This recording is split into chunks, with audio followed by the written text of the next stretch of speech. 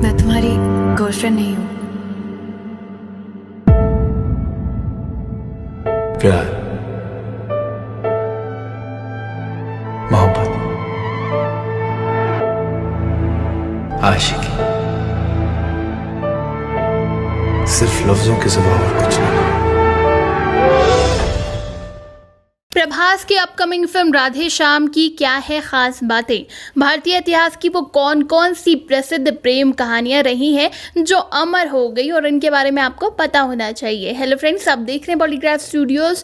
मैं हूं सोनिका जयाल। प्रभास की राधे श्याम आने वाली है, जिसका हाल ही में मोशन पोस्टर रिलीज किया गया है और बहुत ही ज़्यादा खूबसूरत ये मोशन पोस्टर है। प्यार की कहानियां दिख रही हैं, अलग अलग एरा की कहानियां दिख रही हैं जो दिल छूने वाली है। प्रभास की जो ये फिल्म है उसमें पूजा हेगड़े नजर आने वाली है। पूजा हेगड़े का नाम इसमें प्रेरणा होने वाला है और प्रभास का नाम विक्रमादित्य। मतलब क्या होने वाली है फिल्म की कहानी, ये अभी से बहुत ज्यादा एक्साइट कर रही है सभी को। तो चलिए इसी में हम आपको सुनाने वाले हैं उन प्रेम कहानियों को जो हमेशा हमेशा के लिए अमर हो गई और हर कोई चाहता है कि कपल हो तो ऐसा। तो इस लिस्ट में पहला नाम है पृथ्वीराज और रानी संयोगिता चौहान की कहानी। पृथ्वीराज चौहान की शौर्य गाथा के बारे में तो आप सभी जानते हैं, लेकिन चौहान की प्रेम कहानी भी बेहद निराली है। पृथ्वीराज को अपने दुश्मन कन्नौज के राजा जयचंद की बेटी संयुक्ता से प्यार हो गया। जब ये खबर जयचंद को लगी तो उन्होंने इतने गुस्से में संयुक्ता का स्वयंवर रचा दिया और पृथ्वीराज को नीचा दिखाने के दरबार के बाहर एक पुतला बनवाया। इस स्वयंवर में कई राजकुमार आए, लेकिन संयोगिता को भी पृथ्वीराज पसंद थे और उन्होंने पुतले को ही माला चढ़ा दी। उसी पुतले के पीछे पृथ्वीराज छुपे हुए थे। भरे दरबार से सबके सामने वो संयोगिता को लेकर भाग गए और विवाह कर लिया। इसके बाद नंबर आता है बाज बहादुर और रूपमती की कहानी। इनकी प्रेम कहानी के बारे में कम ही लोग जानते हैं। मालवा के सुल्तान बाज बहादुर ने शिकार के दौरान रूपमती को देखा और उनको दिल दे बैठे। एक सुल्तान ने एक मामूली सी लड़की को देखा और किसी की परवाह किए बगैर उनको बेगम बना दिया। घर वालों ने भी गैर मुस्लिम रूपमती को नहीं स्वीकारा, लेकिन बाज बहादुर ने किसी की परवाह किए बगैर उनसे मोहब्बत की और अपनी मोहब्बत को मंजिल तक भी ले गए। इसके बाद नंबर आता है बाजीराव मस्तानी का। ये दो नाम एक दूसरे से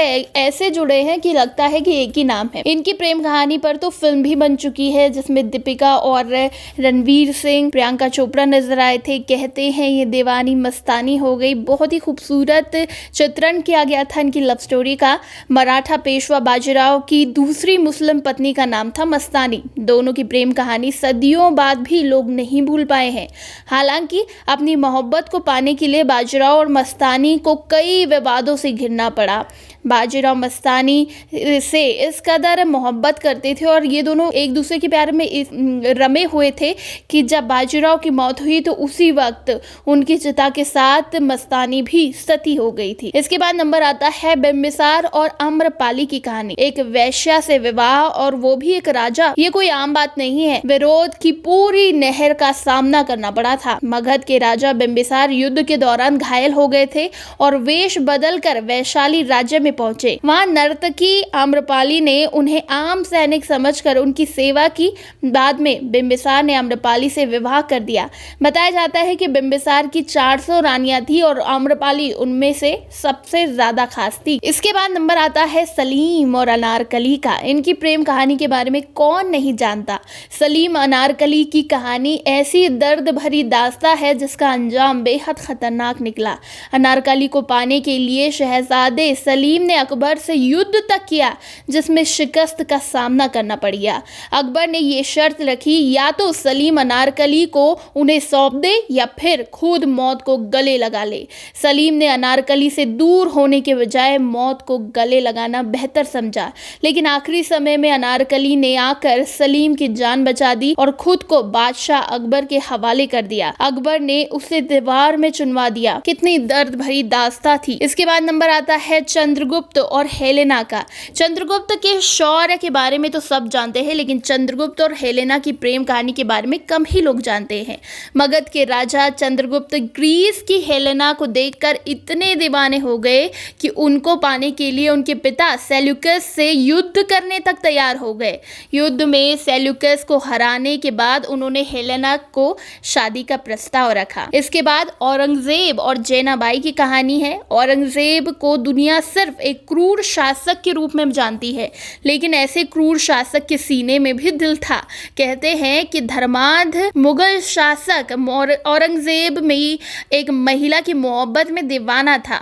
इस महिला का नाम जैनाबाई था, जो नाचने गाने का काम करती थी, लेकिन अपनी छवि और जमाने के डर से औरंगजेब ने कभी इसे सामने नहीं आने दिया। फिर आता है सोनी और महिवाल का प्यार। आज भी जब कोई मोहब्बत की बातें करता है तो सोनी और महिवाल का जिक्र जरूर होता है। पंजाब में सोनी महिवाल की प्रेम कहानी आज भी लोगों ने नहीं भूली है। सोनी के पिता ने जब उसकी जबरन शादी कर दी तो दीवाना महिवाल उसके गांव जा पहुंचा। शादी के बाद भी दोनों एक दूसरे से मिलते रहे। बाद में दोनों की एक साथ मौत हो गई और दोनों हमेशा हमेशा के लिए एक हो गए।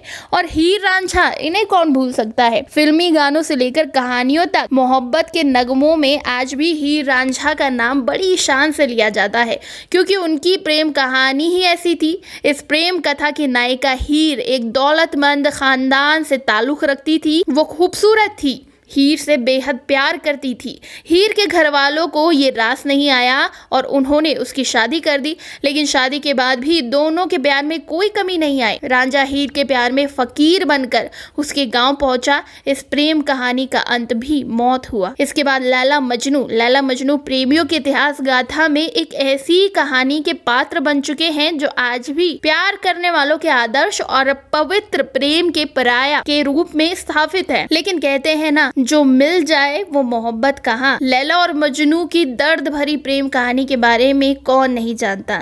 इनकी जुदाई ही इनकी मौत का कारण बन गई। तो ये थी वो सभी प्रेम कहानियां जो हम कभी नहीं भुला सकते। और जब भी एग्जाम्पल दिया जाता है प्यार की दुनिया के परिंदों का, तो इन्हीं का नाम लिया जाता है। और अब इस कहानी में राधे श्याम का नाम भी ऐड हो जाएगा, क्योंकि ये लव स्टोरी इतनी खतरनाक होने वाली है, महाकाव्यात्मक होने वाली है, और पूजा हेगड़े और प्रभास इसका चित्रण करने वाले हैं।